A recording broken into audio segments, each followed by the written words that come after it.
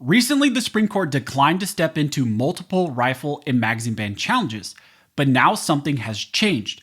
One of the key cases the court has already been watching, which is the New Jersey rifle and magazine ban case, which was argued in front of the Third Circuit en banc panel, just got a major new development.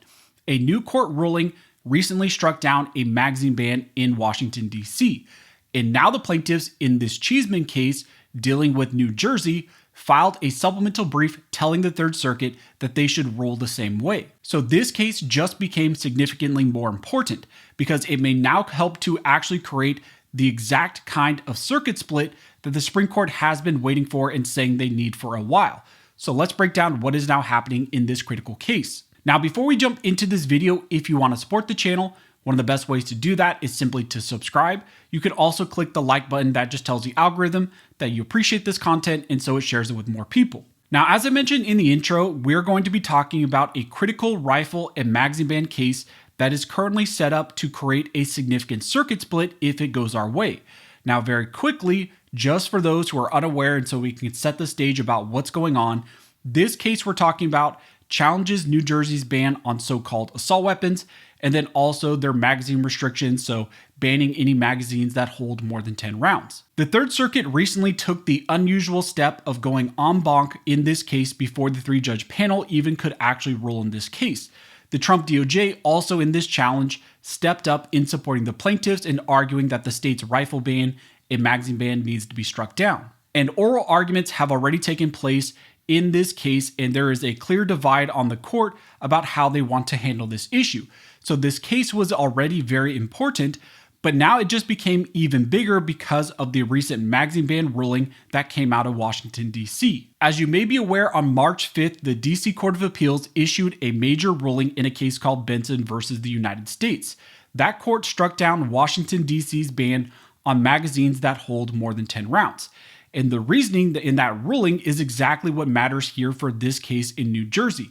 The court in D.C. held three key things. First, that magazines over 10 rounds are unquestionably arms protected by the Second Amendment. Second, that these magazines are not just common, but they are ubiquitous across the country for lawful purposes. And third, that there is no historical tradition of banning arms that are in common use like magazines. Because of that ruling, the plaintiffs in this New Jersey case filed a supplemental brief to the Third Circuit en banc panel informing the court about what happened in Benson. And the reason they did that is very simple. The reasoning in Benson in that ruling, it directly impacts the key legal questions that the Third Circuit en banc panel is now going to rule on. The first issue is whether magazines are even protected arms under the Second Amendment. The Benson court answered that directly. It held that magazines of all capacities are arms because they facilitate armed self-defense. That directly actually supports the plaintiff's arguments here in this New Jersey challenge. And it undercuts the idea that some courts have actually accepted, which is that magazines are just accessories that fall outside the Second Amendment's protections. The second issue revolves around common use. The DC Court of Appeals actually made this very clear as well. They said that if something ranks among the most popular arms owned by law-abiding citizens, it is clearly in common use, and it's common use, period. And that matters here because the magazines banned in New Jersey are the same type of magazines owned by millions of Americans. So under that Benson ruling, that alone should be enough to make them protected arms here in the state of New Jersey. The third issue is historical tradition. Now, New Jersey, like other states, tried to justify their ban using historical analogs. They pointed to things like Bowie knife restrictions, gunpowder storage laws, and other old regulations. But the Benson court rejected all of those arguments. It explained that none of those laws involved outright bans on commonly owned arms. And under the Second Amendment, and also under the Supreme Court's Bruin framework, that difference is critical. Because the Constitution does not allow states to take historical regulations that merely restricted use and then turn it into a modern ban on all these items, so they can't use that type of historical tradition to then try to justify a categorical ban. So now the Third Circuit has this new ruling in front of them, and their plaintiffs here are saying, take into consideration what just happened in Washington, D.C. And it comes at a very important stage in time of this case, because during oral arguments, the judges were already very divided on whether common use ends this type of analysis, whether firearms and magazines are protected arms, and whether historical analogs justify this ban in New Jersey. And now they have a fresh new ruling that directly answers those questions for them and answers them in favor of also striking down New Jersey's ban on rifles and magazines. So this is where things get really important for this case, because this is no longer just about New Jersey. Now we have the Ninth Circuit, which upheld magazine bans, the Seventh Circuit, which previously leaned in that direction and is likely going to head that direction as well in the Pica cases. And then now you have the DC Court of Appeals, who struck down the magazine ban in that jurisdiction. That's exactly how a circuit split starts to form. And if the Third Circuit en banc panel follows the Benson rationale and strikes down New Jersey's ban on magazines, that would significantly increase the chances that the Supreme Court will finally need to step in.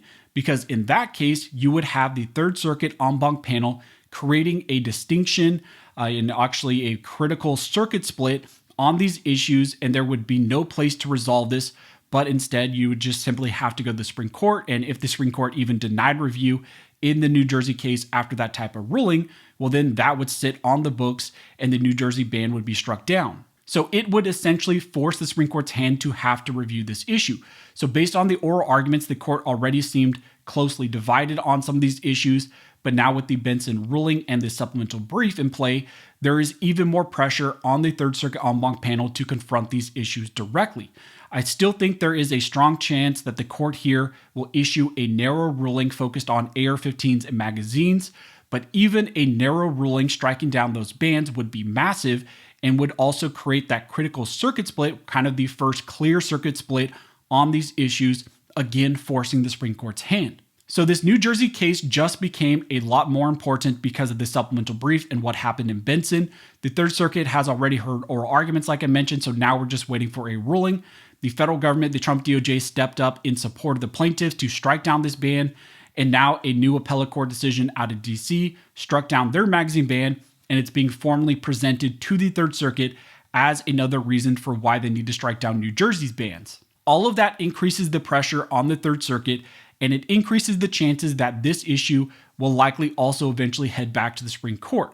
So that is what's currently happening in this critical rifle and magazine ban challenge that we're waiting for the Third Circuit en banc panel to rule on. And again, that's kind of the last step in the circuit level for this case. And then the only option after that would be to the Supreme Court. So this ruling is going to be critical to see, does it create a clear circuit split? And also, what impact does Benson have on these challenges going forward? So as we get more information, as it develops more, I will let you guys know. If you like this video and you would like to support the channel, one of the best ways to do that is simply to like, comment, and subscribe.